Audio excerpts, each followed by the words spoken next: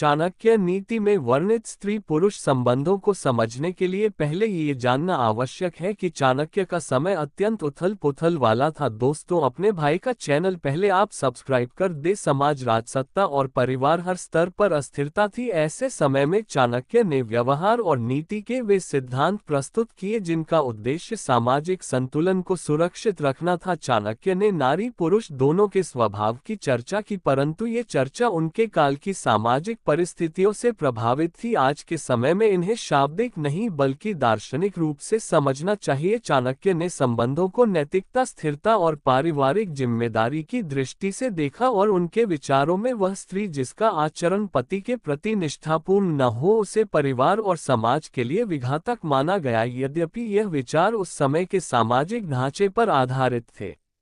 चाणक्य नीति में संबंधों की नींव विश्वास पर रखी गई है। चाणक्य का मानना था कि किसी भी संबंध, चाहे वह पति पत्नी का हो या परिवार का, उसकी स्थिरता इस बात पर निर्भर करती है कि दोनों पक्ष कितने ईमानदार हैं और एक दूसरे के प्रति कितने उत्तरदायी हैं। चाणक्य स्पष्ट करते हैं कि जब कोई व्यक्ति अपने जीवन साथी से विश्वासघात करता है तो सबसे पहले उसका मन अस्थिर होता है, फिर उसका चरित्र और उसके बाद उसका संपूर्ण जीवन। ऐसी स्थिति में चाणक्य स्त्री या पुरुष दोनों के लिए एक ही सिद्धांत लागू करते हैं कि बाहरी आकर्षण क्षणिक होते हैं, परंतु उनके कारण जीवन की वास्तविक शांति नष्ट हो सकती है।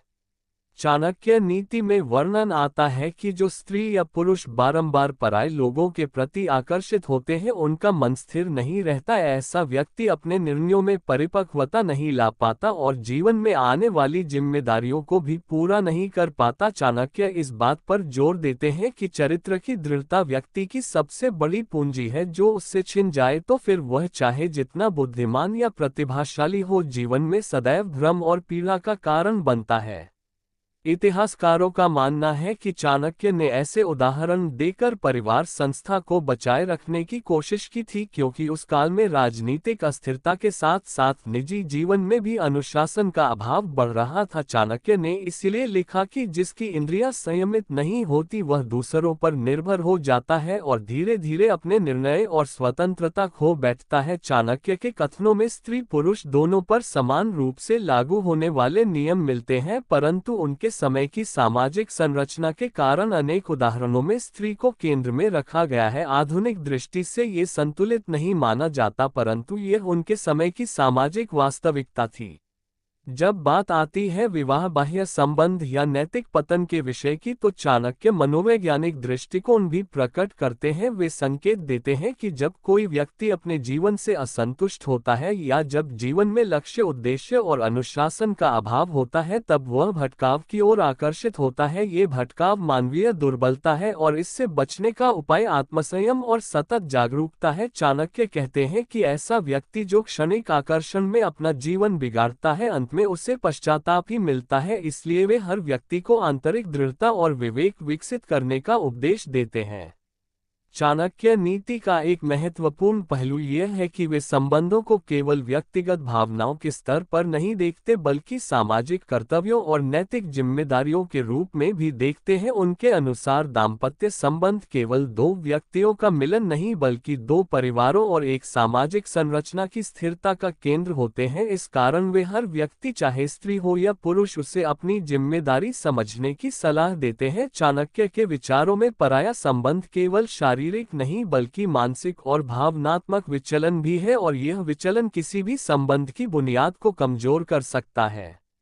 कुछ आधुनिक विद्वान ये भी कहते हैं कि चाणक्य ने अपने समय की सामाजिक सुरक्षा और राजनीतिक व्यवस्था को ध्यान में रखकर स्त्री पुरुष संबंधों पर टिप्पणी की थी, क्योंकि यदि परिवार टूटते तो राज्य और समाज दोनों कमजोर होते। इस दृष्टि से उनके विचार उस काल की आवश्यकता थे। आज के समय में संबंधों की स्वतंत्रता का अर्थ अलग है, परंतु फिर भी चाणक्य का ये संदेश आज भी प्रासंगिक है कि किसी भी संबंध में पारदर्शिता, निष्ठा और आत्मसंयम आवश्यक है। चाणक्य नीति में लिखा मिलता है कि जो व्यक्ति संयमित है वह कभी पतन की ओर नहीं जाता, चाहे उसके आसपास कितने भी प्रलोभन हो। ऐसा व्यक्ति जीवन में सम्मान और स्थिरता पाएगा, जबकि जो व्यक्ति अपने मन पर नियंत्रण नहीं रख सकता वह स्वयं अपना शत्रु बन जाता है। इन कथनों का उद्देश्य किसी एक वर्ग विशेष पर आरोप लगाना नहीं, बल्कि मानव स्वभाव की उस कमजोरी को पहचानना था जो सभी में समान रूप से पाई जा सकती है। आज के समाज में यदि चाणक्य के विचारों को आधुनिक दृष्टि से समझा जाए तो उनका मूल संदेश यही है कि संबंध तभी फलते हैं जब उनमें जिम्मेदारी, ईमानदारी और परस्पर सम्मान हो। यदि कोई व्यक्ति, चाहे स्त्री हो या पुरुष, बाहरी आकर्षण को अपने जीवन का आधार बना लेता है तो वह उन मूल्यों को खो देता है जो किसी अच्छे जीवन की नींव होते हैं। आधुनिक मनोविज्ञान भी यह कहता है कि रिश्तों में अस्थिरता अक्सर आंतरिक भावनात्मक असंतोष, असुरक्षा और संवादहीनता से उत्पन्न होती है, जिसे समझकर सुधार किया जा सकता है। अतः चाणक्य नीति में जिस प्रकार ऐसी स्त्री या पुरुष का वर्णन है जो पराये संबंधों की ओर झुकता है, वह वस्तुतः मानव स्वभाव के उन पहलुओं की चर्चा है जो सभी में समान रूप से उपस्थित हैं। चाणक्य का संदेश यह नहीं है कि कोई स्त्री स्वभाव से ऐसी होती है, बल्कि यह है कि कोई भी व्यक्ति यदि अपने मन को अनुशासित नहीं रखता तो वह भ्रमित होकर अपने हित और परिवार दोनों को नुकसान पहुंचा सकता है। चाणक्य नीति का ये रूप आधुनिक पाठक के लिए एक दार्शनिक मार्गदर्शन की तरह है, जो ये सिखाता है कि जीवन के किसी भी संबंध में विश्वास और संयम सबसे बड़ी संपत्ति है, और यदि इन्हें सुरक्षित रखा जाए तो जीवन में शांति, संतोष और स्थिरता बनी रहती है। यही चाणक्य के विचारों का सार है जो कालातीत है और सभी समयों में लागू होता है।